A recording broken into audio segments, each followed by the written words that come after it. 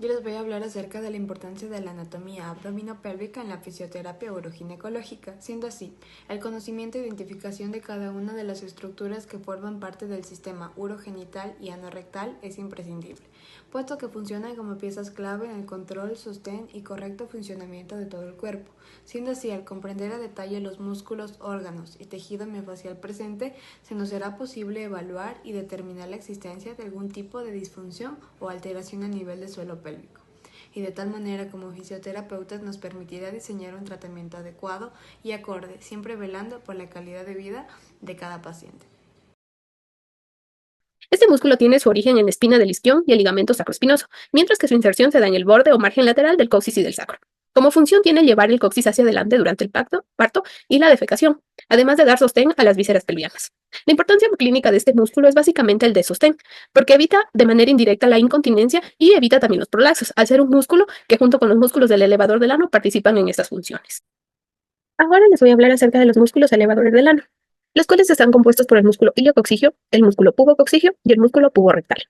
El músculo iliococcigio tiene su origen a nivel de la parte posterior del pubis, el arco tendinoso del elevador del ano y la fascia del obturador, mientras que su inserción se da hacia posterior en la cara anterior del sacro y del coxis, al costado del canal anal y en el range anococcigio. El músculo pubococcigio tiene su origen en la cara posterior del pubis y el arco tendinoso del elevador del ano, mientras que se inserta a nivel posterior en la cara anterior del sacro y del coxis. Finalmente tenemos el músculo puborectal. El músculo puborectal se origina en la cara posterior del pubis y discurre hacia posterior formando una banda elástica que se une con su contralateral. Este músculo pasa por detrás del canal del esfínter anal y como podemos ver no tiene una inserción ósea. Ahora bien, en cuanto a su función, como podemos ver en la imagen, los tenemos a los tres seleccionados.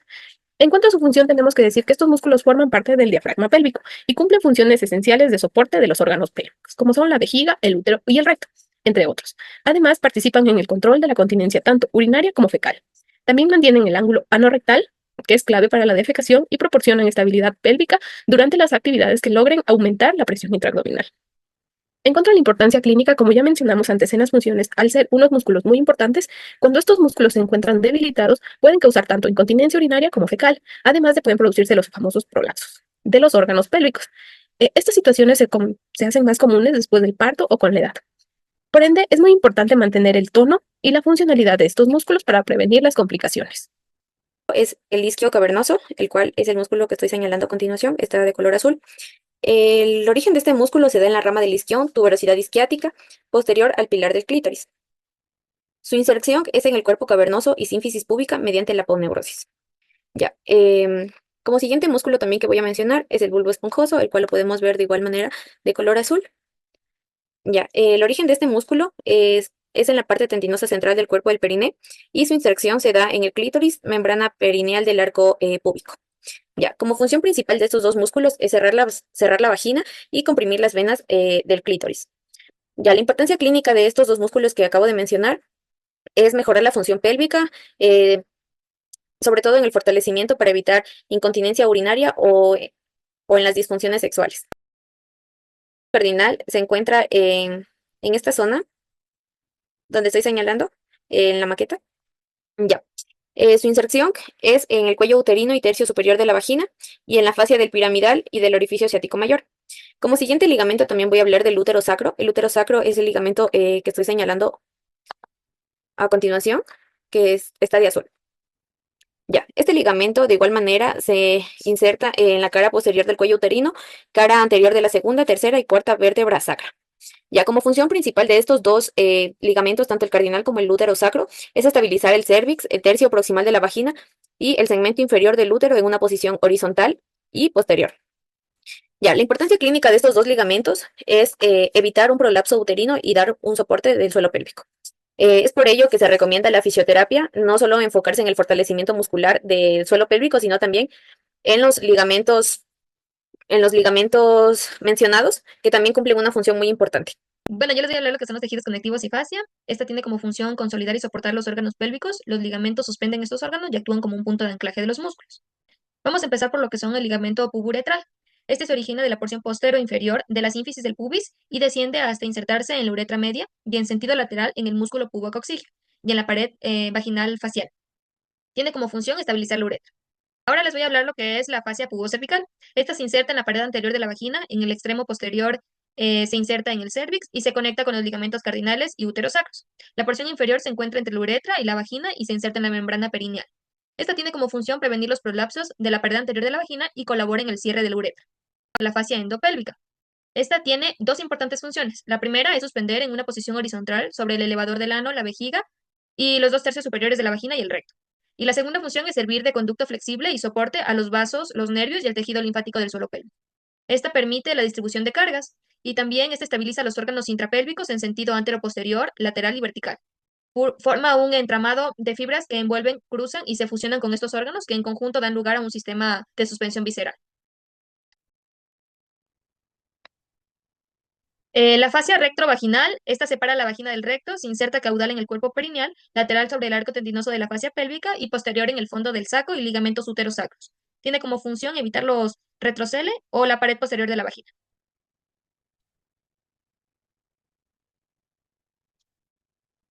Por último, hablaremos sobre la membrana perineal. La membrana perineal y las estructuras asociadas en el espacio perineal contribuyen al piso pélvico y los elementos de soporte del sistema urogenital en la cavidad pélvica. La función y la importancia clínica de esta es que proporcionan fijación para las raíces de los genitales externos y los músculos perineales superficiales. Bien, ahora les hablaré sobre los límites. El límite superior de la membrana perineal es la fascia perineal superior, que forma parte del diafragma urogenital. La inferior es la piel del perine y el tejido subcutáneo. El límite lateral son las ramas isquiopúbicas, el límite anterior la sínfisis púbica y por último el límite posterior, el borde anterior del músculo transverso superficial del perine. Vejiga es un órgano muscular hueco situado en la cavidad pélvica entre la sínfisis del pubis por delante y el útero y vagina por detrás, apoyada sobre el diafragma pélvico. Límites: cara anterior, la fascia umbilical y sínfisis del pubis. Cara posterior superior, el cuerpo del útero. Cara posterior inferior, el fondo del saco vesicouterino y la cara inferior por la uretra. Función: almacenamiento de orina e importancia clínica, permite un vaciado controlado de acuerdo a su capacidad máxima. Vejiga es un útero, órgano muscular impar y hueco formado en su interior por una capa de tejido endometrial.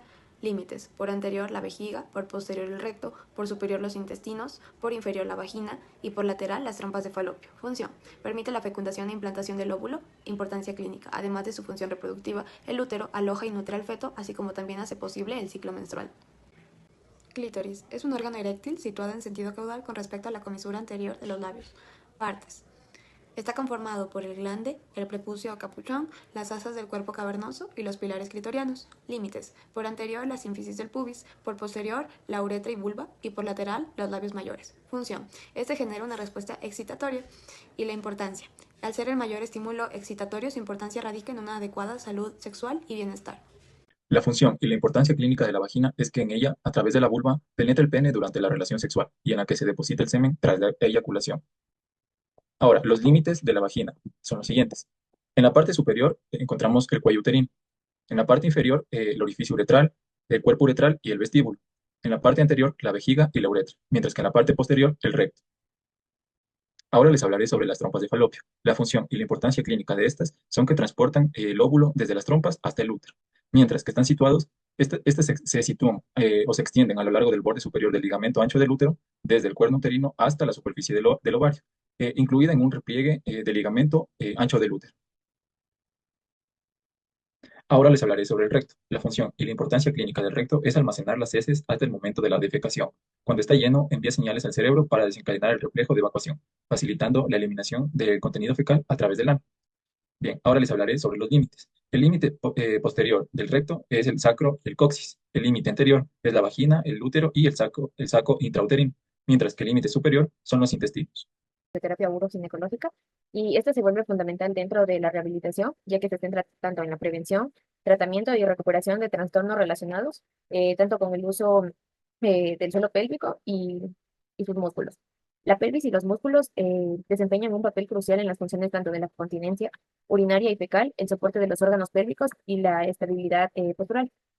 Ya, si es que no tomamos conciencia de la importancia de que tienen tanto los músculos, fascias y ligamentos de esta área y no llevamos un control de los mismos, nos pueden derivar a problemas como incontinencia, prolapso y dolores.